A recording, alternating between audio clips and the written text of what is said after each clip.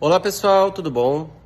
Hoje, dia 23 de abril, dia de uma manifestação cultural muito importante no Brasil, dia de São Jorge, que sincreticamente vai ser representado como Ogum, ou Ogum vai ser sincreticamente representado como São Jorge, por uma afinidade cultural que vem rememorar uma história mais antiga, né? De necessidade de ocultamento do culto original vindo dos escravos com os escravos, né, dos povos africanos. Nesse dia tão cheio de manifestações dessa nossa cultura afro-brasileirada, aonde a gente vai ter a mistura da tradição indígena original do nosso país, porque o nosso país originalmente é indígena, né? Que já pelo seu próprio nome nem é original, afinal de contas, índios foram batizados porque os portugueses que aqui chegaram acreditaram que estavam chegando nas Índias. O Brasil é uma fraude absoluta desde o primeiro nome que foi dado ao seu povo, né? Por aqueles que acharam que estavam descobrindo uma coisa que existia há muito tempo. Mas isso fica para a faculdade de História, né? Que inclusive, no meu ponto de vista, deveria ser primícia básica para qualquer pessoa que gosta de falar sobre cultura. Ou sobre povo, ou ter razão sobre alguma coisa. Porque só na faculdade de História a gente descobre que não se tem razão sobre nada. Não é esse o assunto. Hoje, casualmente, devido a uma série de fatores, eu acabei, mesmo não sendo adepto a cultuar este dia, eu me deparei com várias situações de manifestações culturais. E muitos olhares muito críticos a respeito dessas manifestações culturais.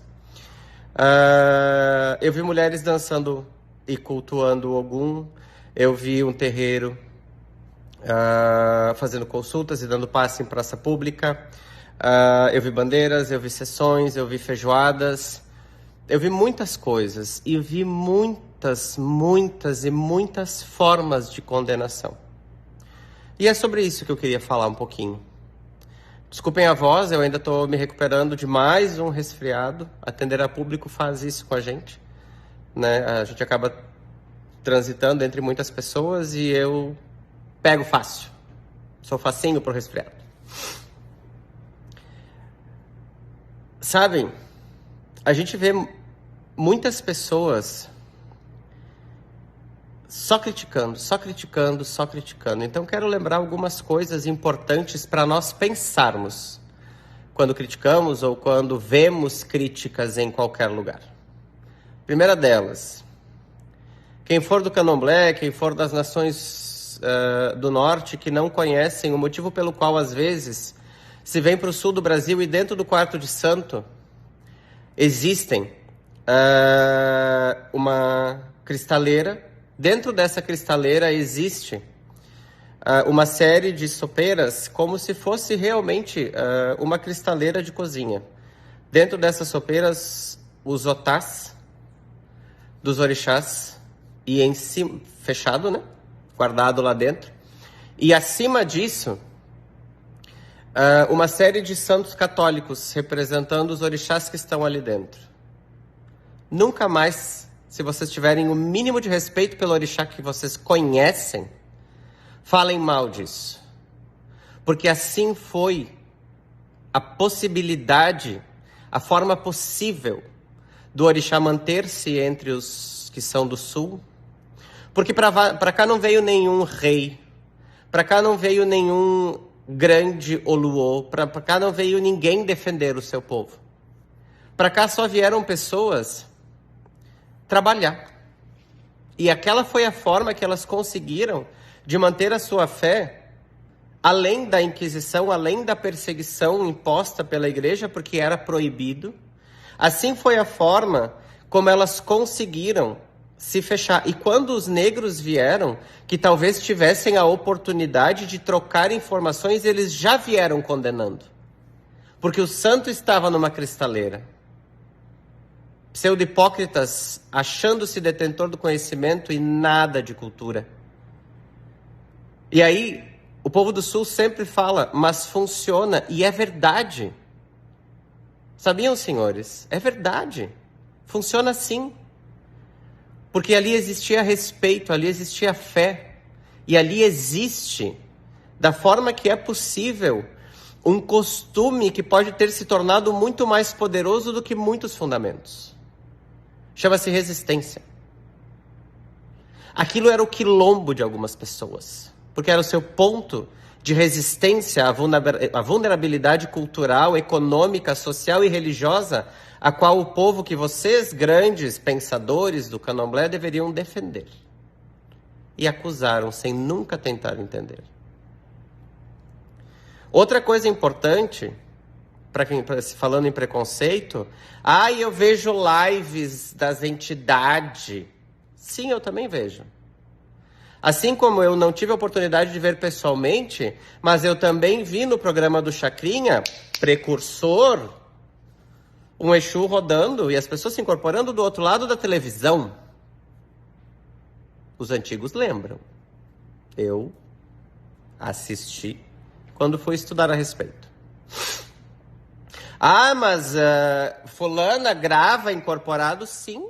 Vamos procurar na internet e vocês verão que se a mensagem for gravada da incorporação de Astar Sheran, de um alienígena, de um transmigrador de alma, de alguém canalizando a mensagem de Miguel, é possível.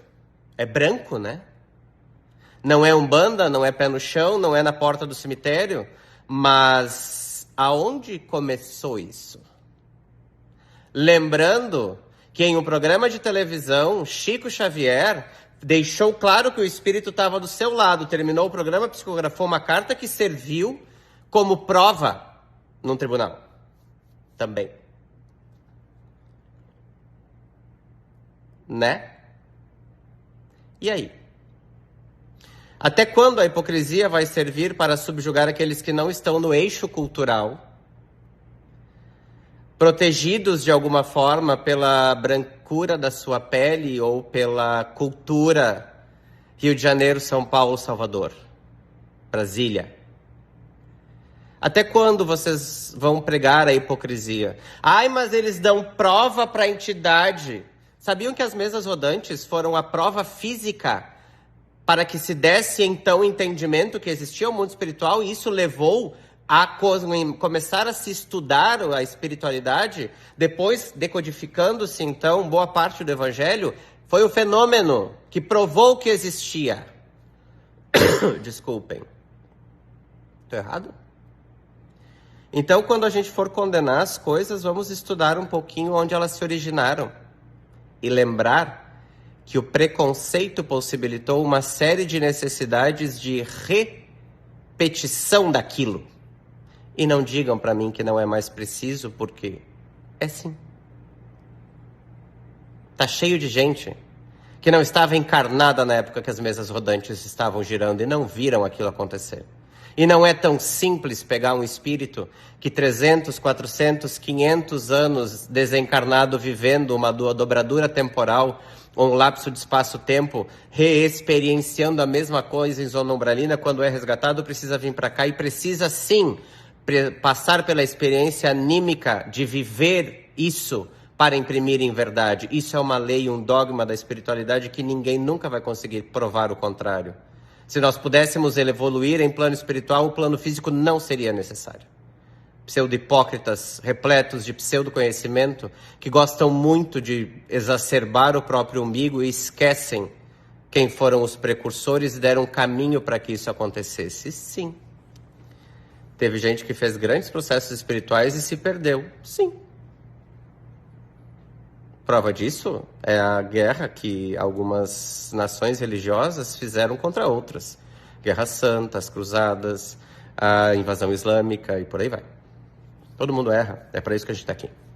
Mas aqueles que se dizem conhecedores de alguma coisa precisam parar de condenar aquilo que acham que é erro dos outros, porque nós não estamos aqui para julgar. A cultura existe para ser apreciada. O fundamento existe para alicerçar as coisas. E a experiência existe para imprimir o que é verdade e o que é mentira.